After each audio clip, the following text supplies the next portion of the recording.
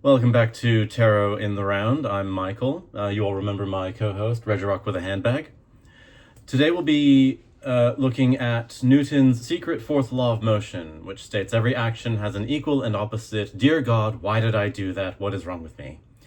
No, but it is about action and reaction. Specifically, how the deliberate existence of the fire, of the wands, meshes and sometimes hinders the water energy of passive abstraction.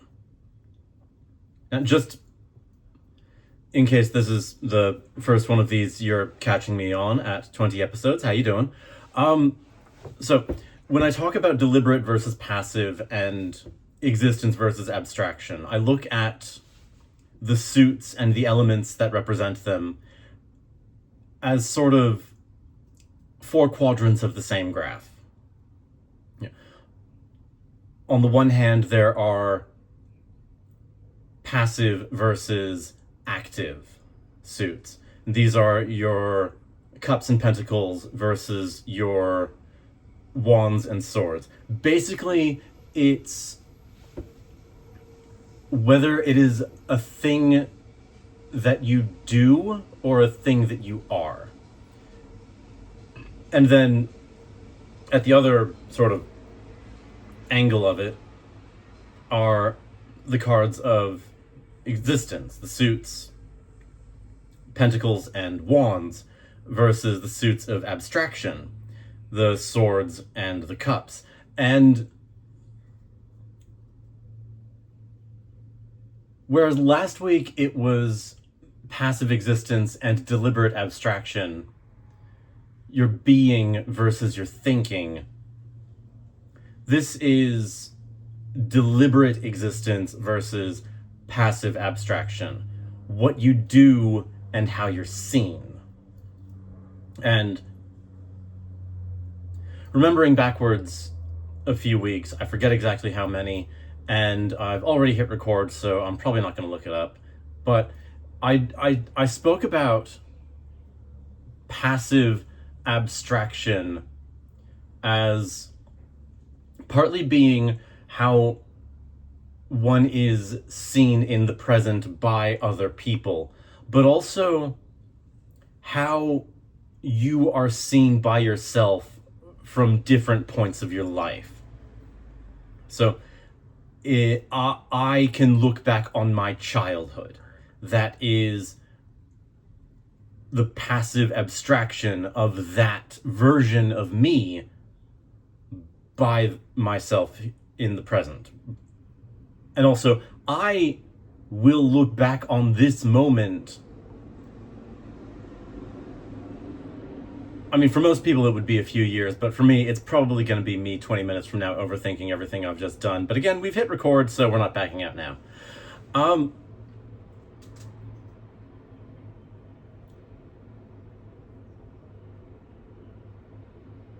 To have these two opposing energies together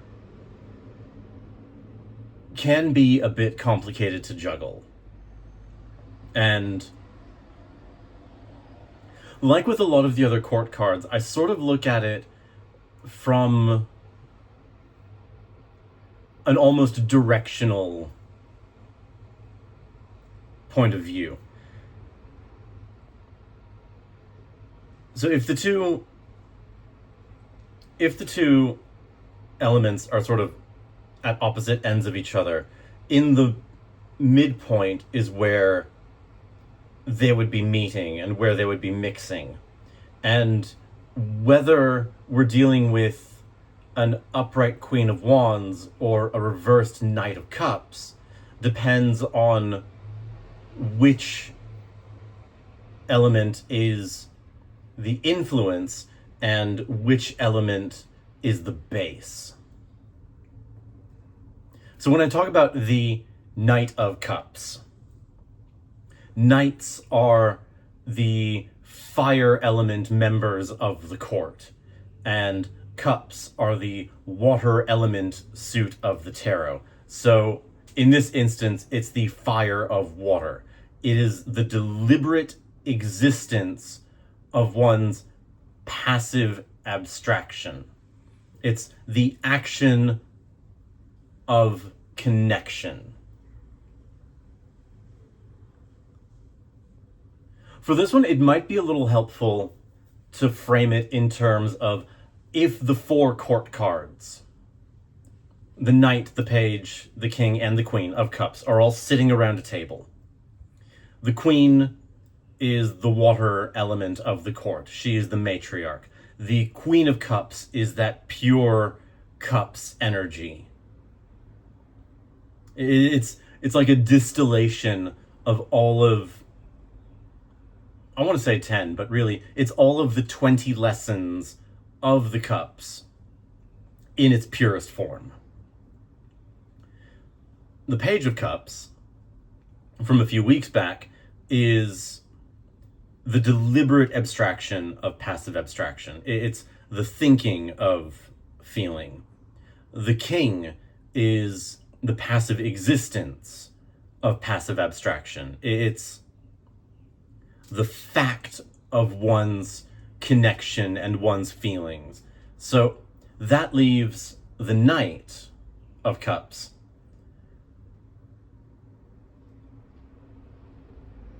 So that's this fire energy accentuating the water. It's frosting on a cupcake. It's the sauce on a steak. The position in the court augments the lesson of the suit.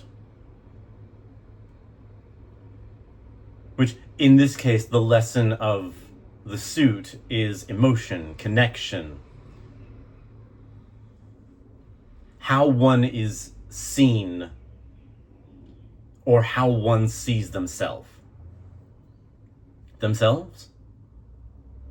Nope, we've hit record, we're not going back. And that's kind of where I'm coming at with a Knight of Cups, is we've hit record, we're not going back. I've taken the action of creation, and I'm charging forward with this take, this moment. I'm deliberately existing to create this abstraction that will exist outside of me.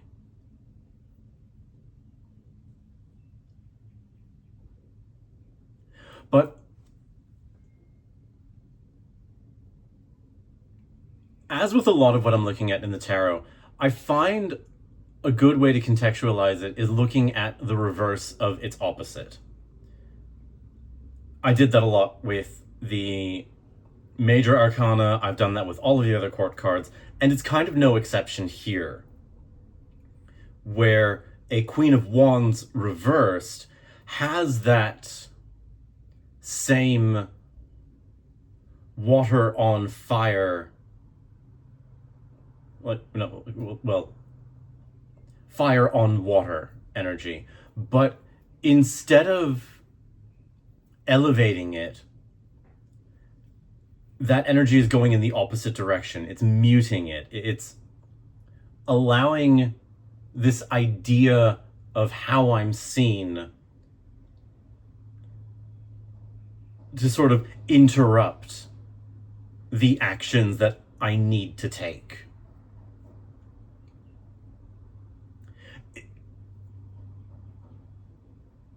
I mean, right now it's also very much reverse Queen of Wands energy. Stopping, starting. Like, these lines aren't coming naturally because I'm worried about how this is going to be seen. Not even by other people, but just by myself. Like, I'm going to want to watch these at some point in the future. Maybe.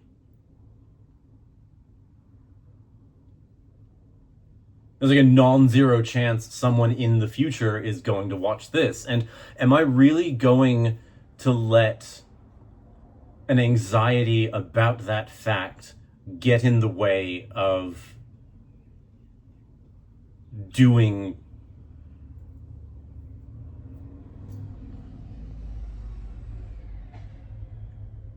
my studies, really. I mean, at the end of it, that is what it is. It's my studies. Like, I started this whole thing because I wanted to teach myself how to think and read and experience tarot in a way that makes sense to me. Actually, hang on. Where is...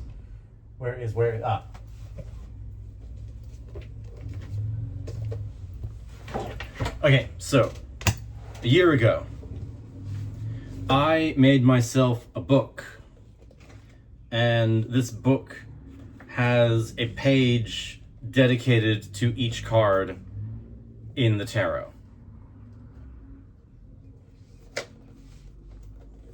I haven't touched this book more than a half a dozen times since the last time I wrote in it. And those times were only so I could either pack it to move house or move it to a new shelf because it keeps falling over. And that's kind of like, that is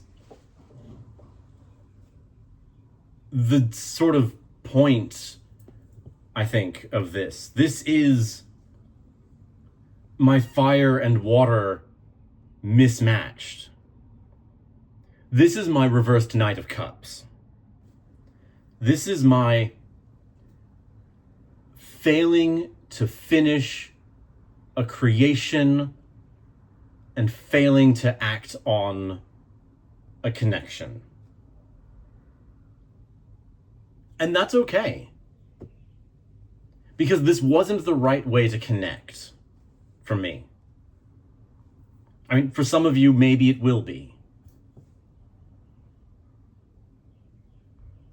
But this is how I learn.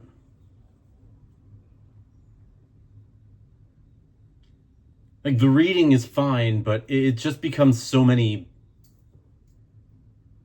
words after a while.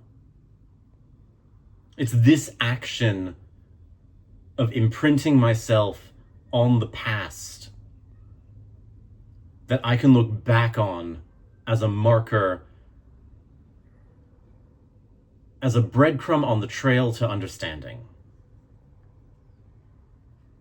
This is what I needed in order to learn. I'm actually really glad. This is my upright Queen of Wands moment. This is having compassion for the action that I've taken. This is looking back on my past and realizing that I maybe made the right choice.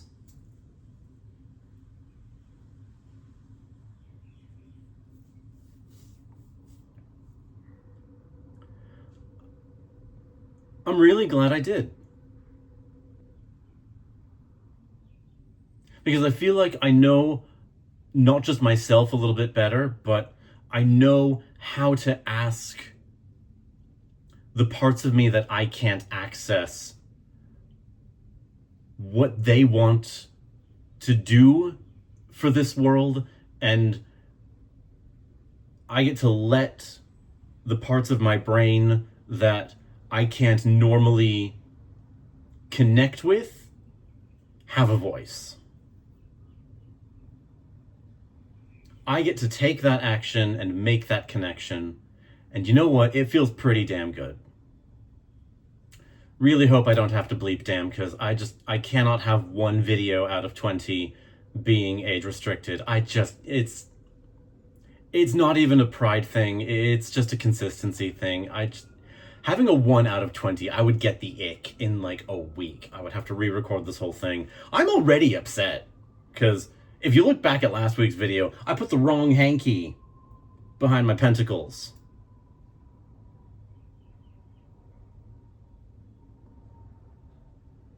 Or did I put the wrong one behind my wands? You know what? Screw it. I hit record. There's no going back.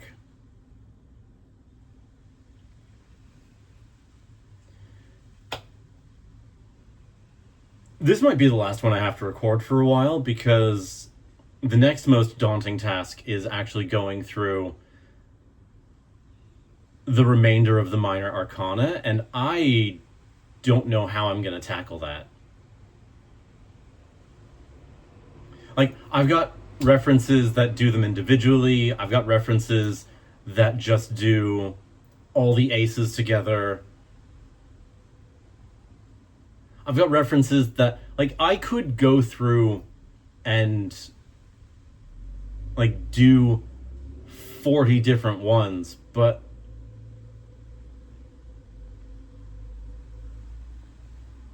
I need the context of them. So if anybody has any suggestions, I'm very open to it. Otherwise, yeah, this might be my last one for a while I take a break from action and figure some things out. Have a good one.